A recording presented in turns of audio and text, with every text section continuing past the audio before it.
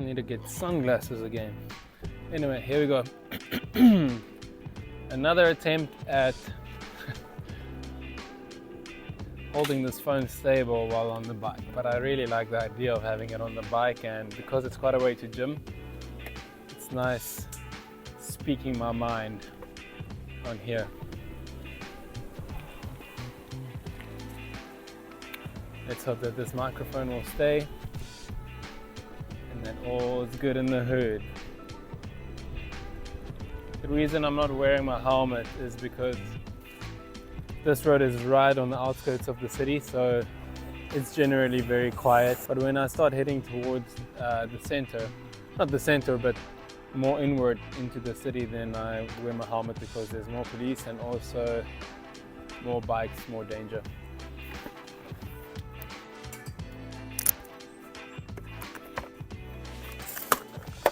All right, let's go. So I just want to clarify about what I said last week about doing only 10 reps. I'm not planning on doing only 10 reps forever. So I'm doing 10 reps for 4 weeks with the 5th week out of the ordinary, where I will go and do the same exercises on my plan, but I will just do the reps way differently, more drop sets and heavier sets for like 3-4 reps. And then after that, I'll do another 4 weeks, but on 12 reps. Same thing, progressively overload the weight each week, trying to increase the weight. 5th week, something out of the ordinary, shock the system. And then after that, I'll do another 4 weeks, but on 8 reps. And if I'm happy, I'll just repeat. So I'm doing this rather than the usual, do a set of 15, 12, 10 or 12, 10, 8. Because that's the most usual, and I've obviously also done that for a long time. So it's number one, worth trying to try something else, and also I'm curious to feel what it's like, not worrying about a different amount of reps and wondering what weight you think you can do on a different amount of reps. So I just know that I need to each week do the same amount of reps, and each week I will know what I did the previous week and what I can try to beat on the same amount of reps. So basically just give it all, and you know how many reps you're trying to get, and you know which weight you're fighting against, which weight you're trying to improve. So yeah, so far it's going really well. This is the 4th week I'm finishing now for 10 reps, and then I'll be going to a shock week next week, which should be fun, and then I'll go to 4 weeks of 12 reps followed by 4 weeks of 8 reps. So yeah, if it goes well, then I feel more confident in recommending this strategy to some clients. And once again, it doesn't mean it's something that you'll have to try and follow for the rest of your life, but it's definitely something nice to try out of the ordinary, especially if it's effective. So yeah, it's just another strategy, and I think we have to keep being creative and innovative in this sport, especially because it's not a sport that really needs so much precision and coordination. You're just pushing weights around. Everyone knows that if you push weights around for a long enough time, you're gonna put on muscle, especially if you try and push yourself really hard. But so it's not that complicated. So for that reason, it's nice to change things up a little bit and experiment with different ways of approaching your workouts and seeing if it works, and just enjoy doing it at the same time.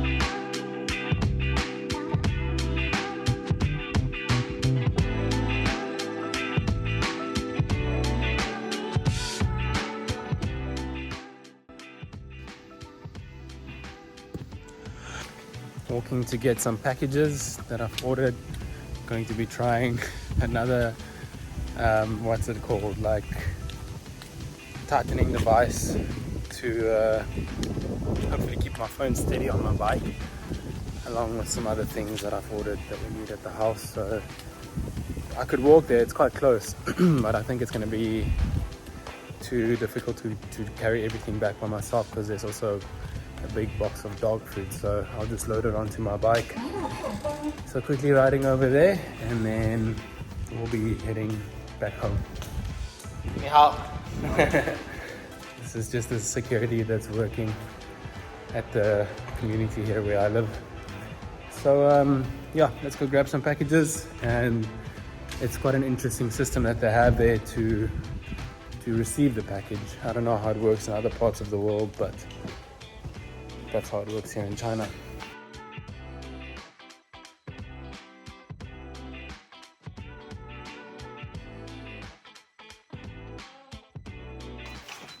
And then all the lights that are flashing will be mine. So yeah, that's mine. Now we look for anything else that's flashing, like over there. And then this machine here just scans the barcode, and you can go and you just drop the tags in this box. So all packages get delivered here with these tags, and they just start flashing and making a noise when you scan the QR, and then you pick it up here. And there we go. Everything here. I could have easily carried it all, but anyway, we'll have a quicker trip on the bike.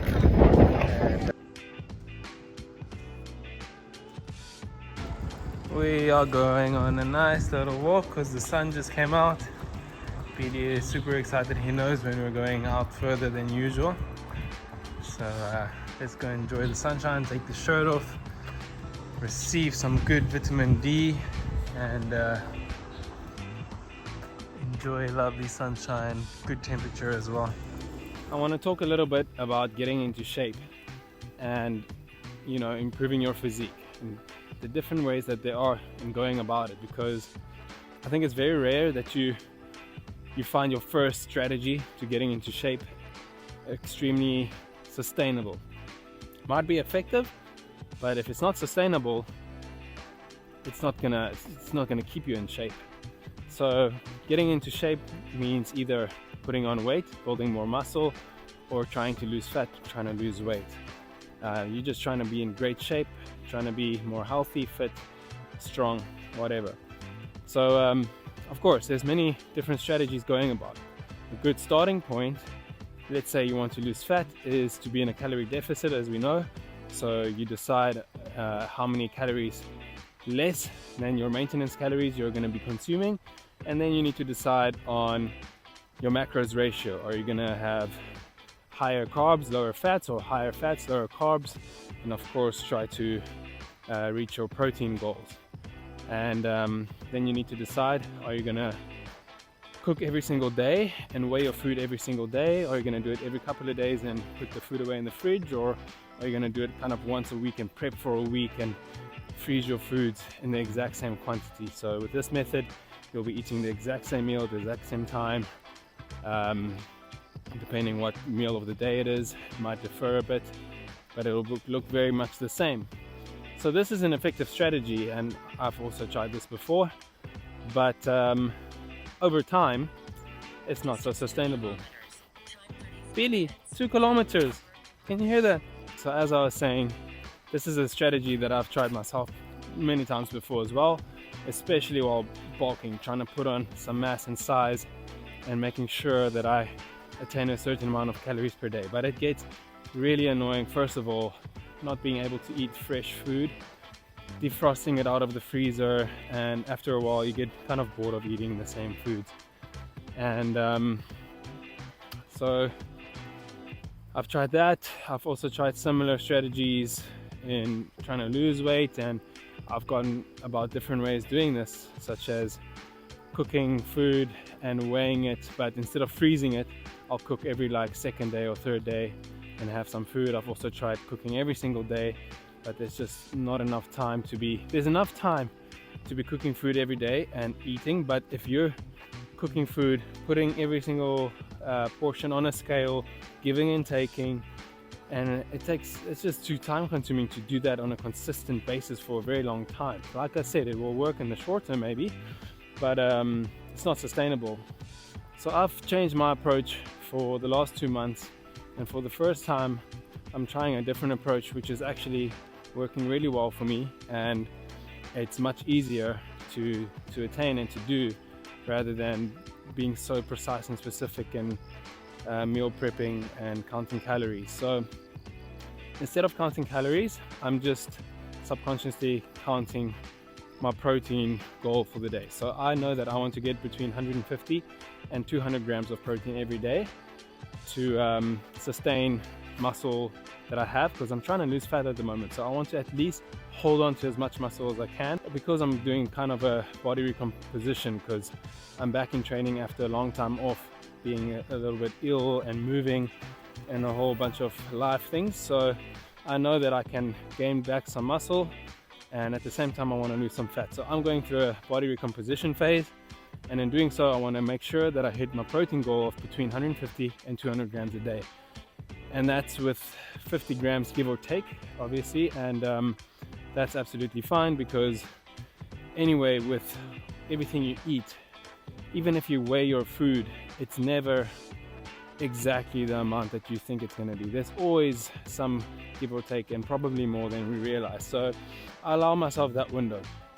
When I eat protein or steak or chicken, fish, I will be aware of the portion I'm having and make an estimate of the amount of grams of protein that's in it. So I'll just keep that in my mind. It's not even needed to write it down.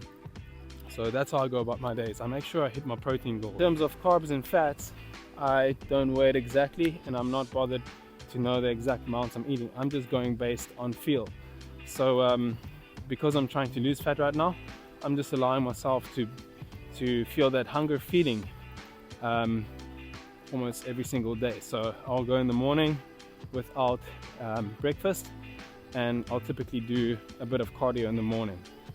If I know I'm going to do a bit more high intensity cardio, like a HIIT training or a circuit, then I'll do that after, a while after a good meal, to give me some energy for that. But if I'm doing like a zone 2, zone 3 kind of cardio, even a light jog, then I'll just I'll always have a coffee in the morning and maybe a protein shake, like a whey protein, and then I will go about doing my cardio just like I'm doing right now, and allow myself to have that hunger feeling.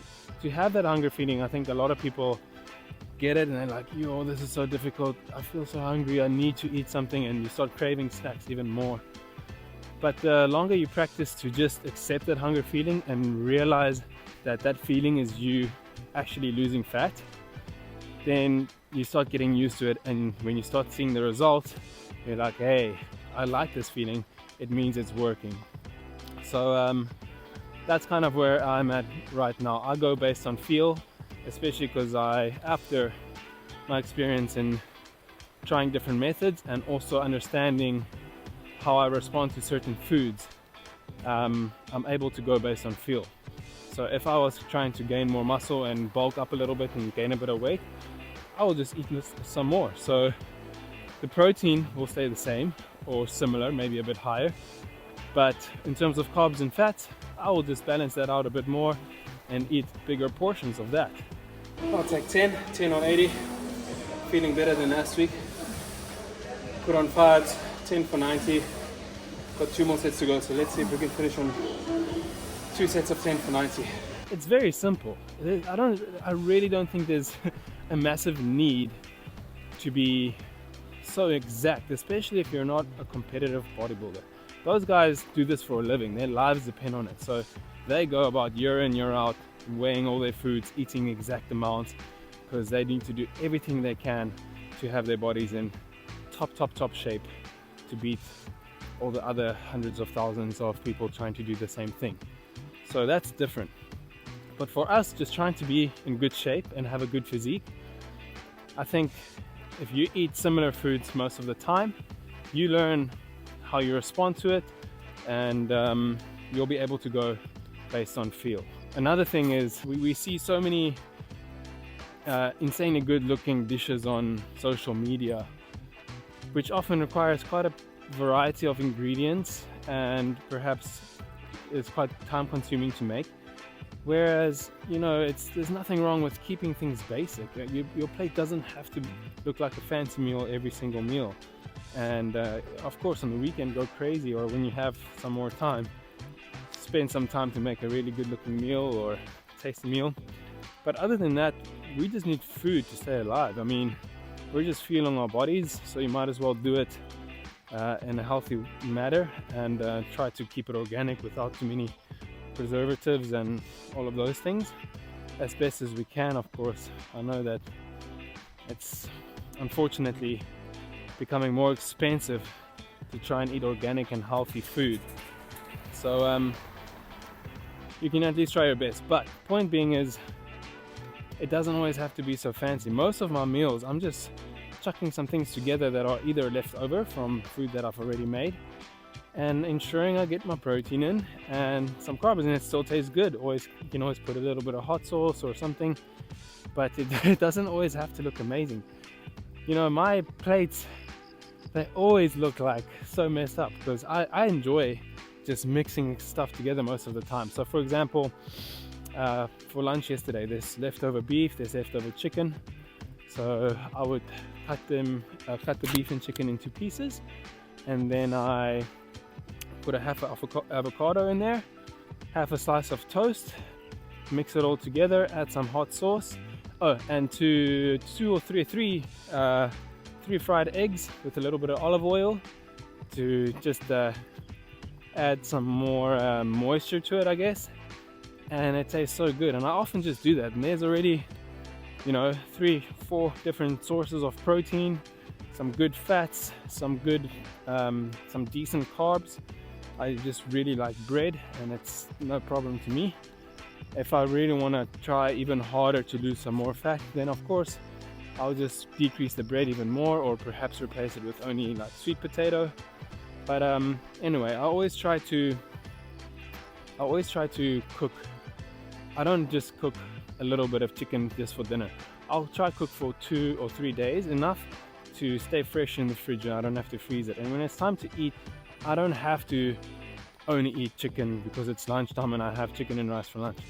If I feel like some beef, there's beef in the fridge. If I feel like some chicken, there's chicken in the fridge. If I feel like some fish, there's fish in the fridge.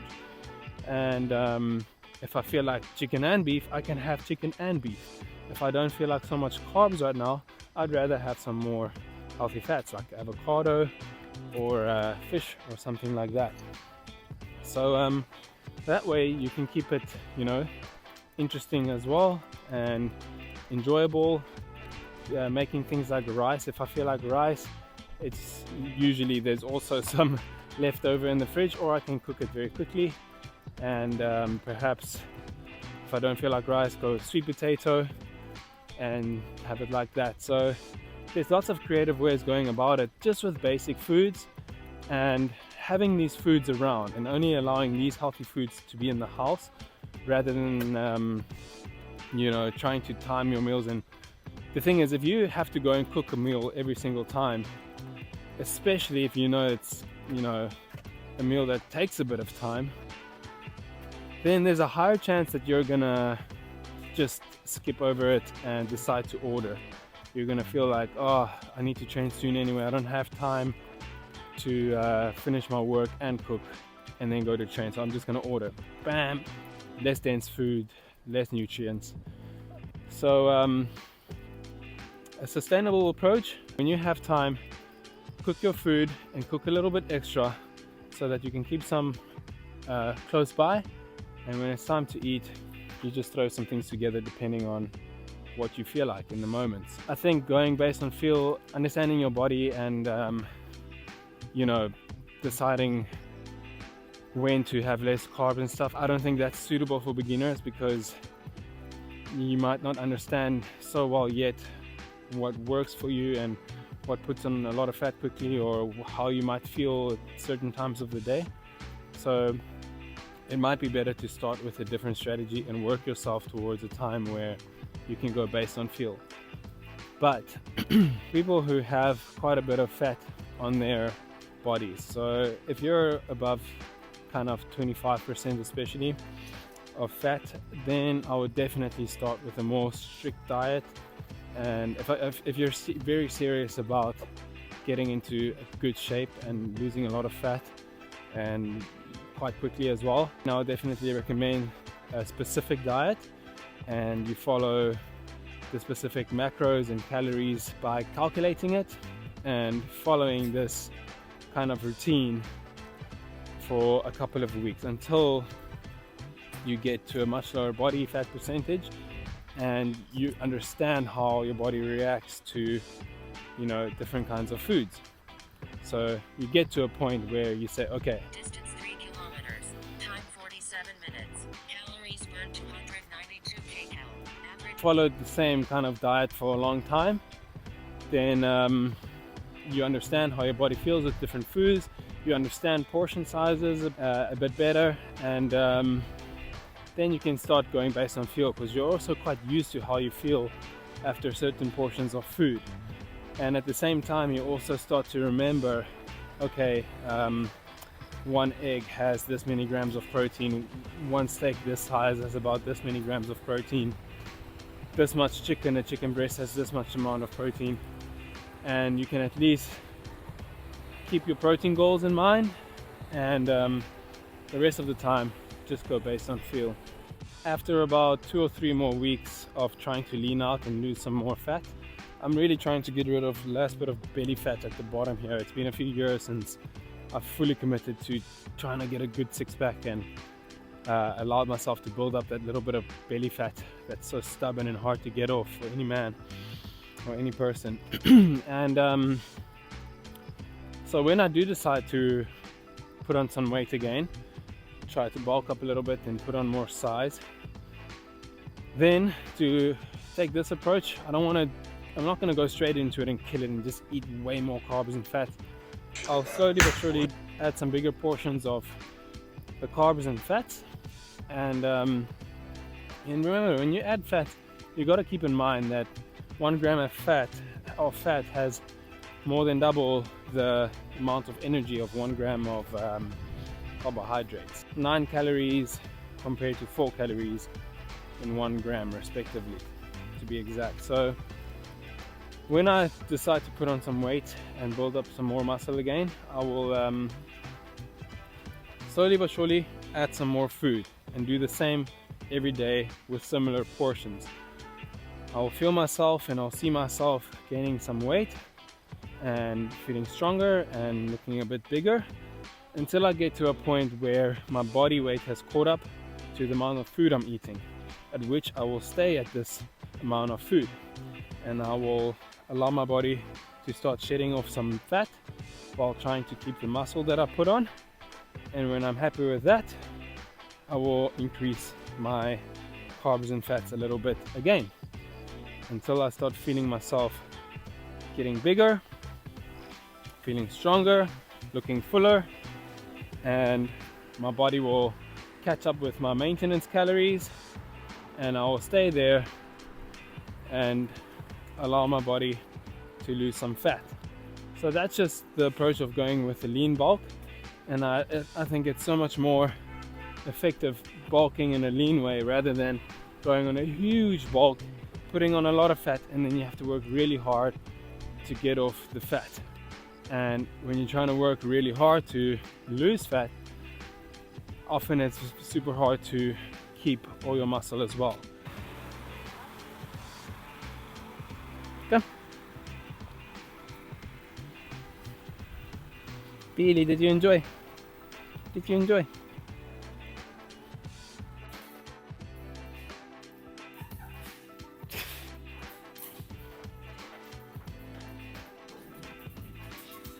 Hey. Die man van mij een balk geneemd door zichzelf, dan die daar maar zijn echt dat geen lekker niet.